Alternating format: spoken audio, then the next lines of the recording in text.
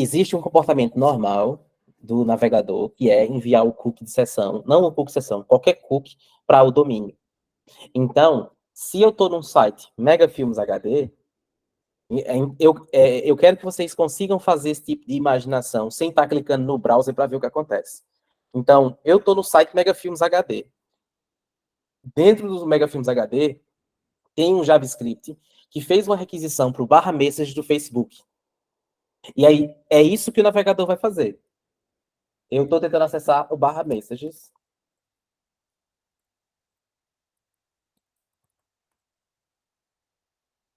Do facebook.com. E aqui vai os cookies.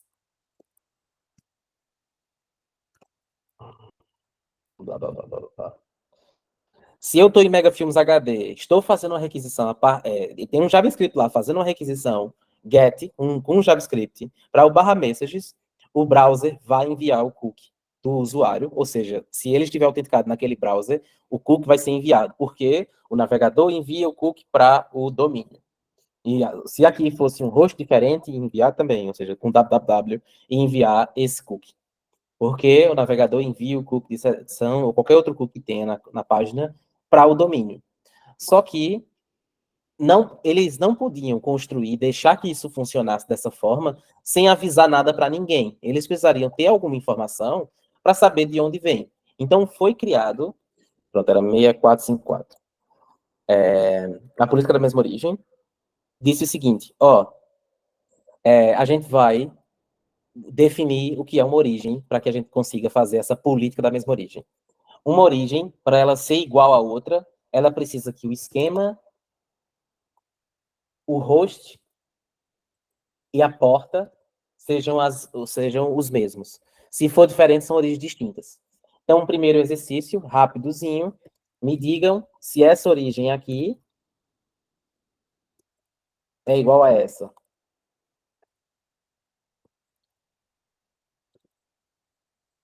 É distinto, porque o host é diferente. Domínio é o mesmo, mas não é domínio que eu estou avaliando. Eu estou avaliando o host. Então, esses dois caras têm a origem distinta. Então, é simples assim a origem, ok? E aí, agora, o navegador tem por obrigação adicionar um cabeçalho chamado de origin, que ele coloca qual foi a origem que essa requisição foi realizada. Então, eu estava falando que era Megafilmes HD, que a gente assistia filme antigamente. É um site pirata para assistir filme. E aí o navegador vai dizer isso. Essa requisição ela vai ser realizada para para o recurso do facebook.com. Na verdade, vai acontecer o que todo mundo está dizendo aí, que é o pré-flight, que é o pré-voo para descobrir quais são as configurações de acesso da política da mesma origem para o recurso barra messages. Então, vai existir um options barra messages HTTP 1.1, o mesmo host, dizendo qual é a origem que está indo. E aí, megafilmeshd.com com HTTPS. A porta ele não aparece, porque quando é HTTPS, todo mundo subentende que é 443. Se for uma porta customizada, aí eu preciso colocar. Alguém falou alguma coisa? Não, foi não. Pronto, aí isso é o que eles estão, todo mundo está falando, é o pré-flight. Vai perguntar quais são as configurações da política da mesma origem. Mas antes de ir para esse pré-flight, saber o que é que retorna, vamos raciocinar se não existisse a política da mesma origem. O que é que ia acontecer, né? Quer dizer, será que é possível o Megafilmes HD, ao acessar, já que o navegador envia o domínio, envia o cookie para o domínio, nesse caso, essa requisição ia chegar no servidor do Facebook. O Facebook ia ver, o usuário está autenticado, tomem aqui suas mensagens. E a resposta para Megafilmes HD, com o JavaScriptzinho dele lá, ele ia conseguir simplesmente pegar a informação tranquilamente das suas últimas mensagens. E um JSONzinho aqui dizendo message, a senha do meu Instagram mandou para alguém. 123, 123. Pronto. É a política da mesma origem que garante que uma linguagem client-side não pode ler informações oriundas de uma origem distinta. Então, o JavaScript do Megafilmes HD No momento que a origem é distinta, se você, como programador, não faz nada para proteger, etc., o site não vai ter a opção de ler essas informações. Linguagem client-side do Megafilms HD, o JavaScript lá, não vai conseguir ler essa resposta aqui.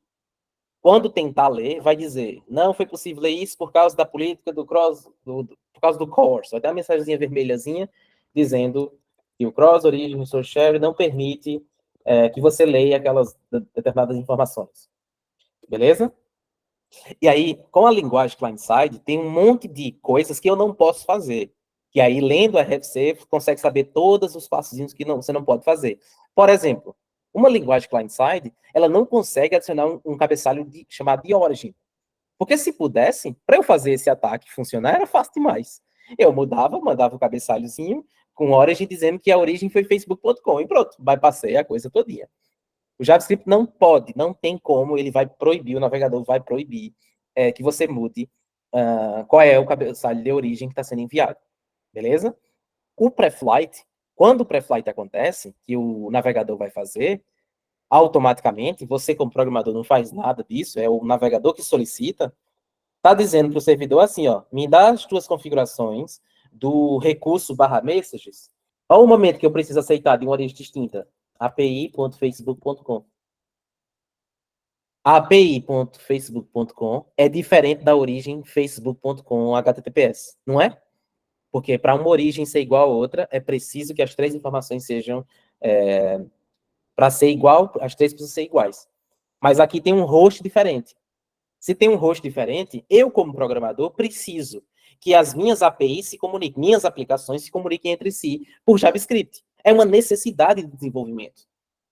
Então, se é uma necessidade de desenvolvimento, eu vou ter que definir qual é a origem que eu aceito.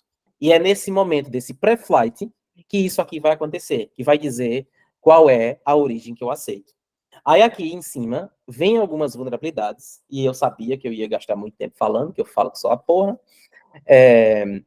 Existem algumas outras configurações que vocês podem fazer no momento de definir qual é a minha, as minhas políticas de controle de acesso da política da mesma origem. Por exemplo, Access Control, allow headers, que eu acho que alguém vai falar, ou seja, eu aceito que seja adicionado um header chamado xttt. Ou seja, o JavaScript agora consegue adicionar um cabeçalho chamado de x-ttt, senão ele não poderia adicionar esse cabeçalho. Se existe esse cabeçalho, existe uma necessidade de desenvolvedores para se comunicar entre aplicações. Se você não coloca isso, você não consegue codar. Qual é o comportamento de um desenvolvedor quando recebe a mensagenzinha vermelha no console do navegador? Copia, joga no Google, aparece o Stack Overflow. Alguém diz o seguinte, é só colocar asterisco. Aí, parabéns. Obrigado por fazer a gente ter trabalho. Se eu boto asterisco aqui, eu estou dizendo o quê para o navegador?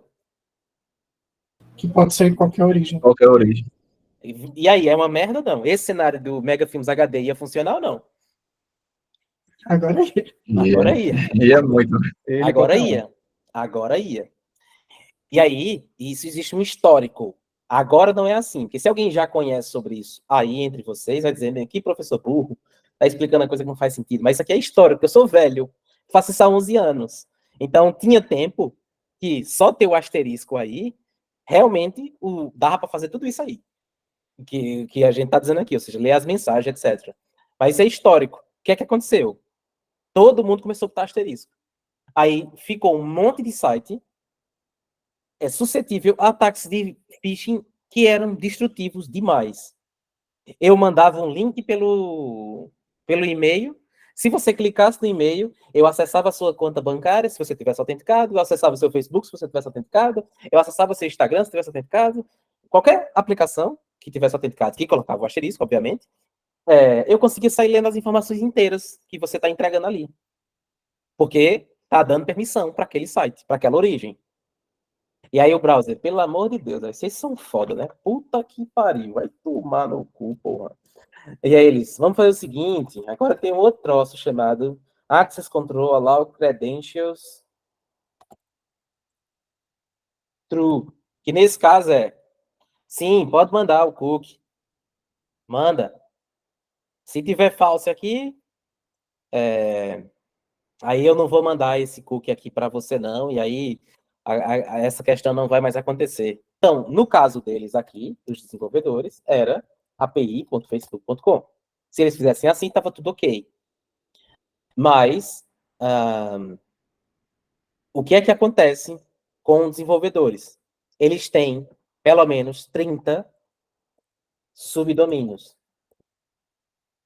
Aí, o que é que vocês acham? Vocês acham que o desenvolvedor vai fazer um array com 30 subdomínios, varrer ele, verificar se o que veio aqui é permitido, e aí sim entrega as configurações da política da mesma origem, ou ele vai fazer uma regex, que é mais rápido, para ele não ter que ficar adicionando nessa coisa. O que é que vocês acham? Segunda opção. Só olha um domínio geral e pronto. Eles vão fazer alguma lógica, alguma coisa genial que a galera faz lá. E aí, às vezes, né, quando chega nessas situações, quer dizer, antes disso, existe o pior asterisco que também é dito no Stack Overflow, que alguém diz, é só tu pegar o cabeçalho origin e coloca na resposta que vai funcionar. Então, esse é o CORS permissivo, né? Fizeram um asterisco pior, que o browser não tem nem o que dizer mais, não tem mais nem o que reclamar. Ele vai ter que aceitar.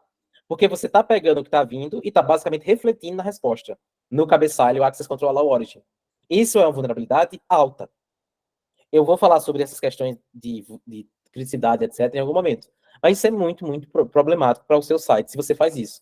Se você reflete a origem. E aí, os que não refletem a origem, que é o caso dos 30 domínios que eu falei, o que é que eles fazem? E, às vezes, eles fazem regex, não entendem como regex funciona, aí faz o seguinte, eu já fiz alguns testes, e aí, para eu descobrir como é que estava, o meu ataque era o seguinte. Pronto. Eu mandava como origem api.facebook.com, aí veio a resposta, veio aqui o cabeçalho tranquilamente, né? Veio esse host tranquilamente. Aí, eu quero descobrir qual foi a implementação do outro lado, que é o que vocês têm que fazer como hacker, entender como está implementado do outro lado. Como é que eu faço para entender como é que está implementado do outro lado? Eu coloco um subdomínio que provavelmente não existe. Ou não, obviamente, primeiro eu coloco um site qualquer. Aí, quando eu coloco teste.com, não vem nada disso. Se não vem nada disso, não tem configuração nenhuma, o browser vai para o seu comportamento normal.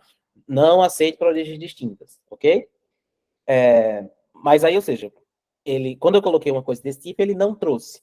E aí o meu teste foi agora que foi o seguinte: isso.facebook.com.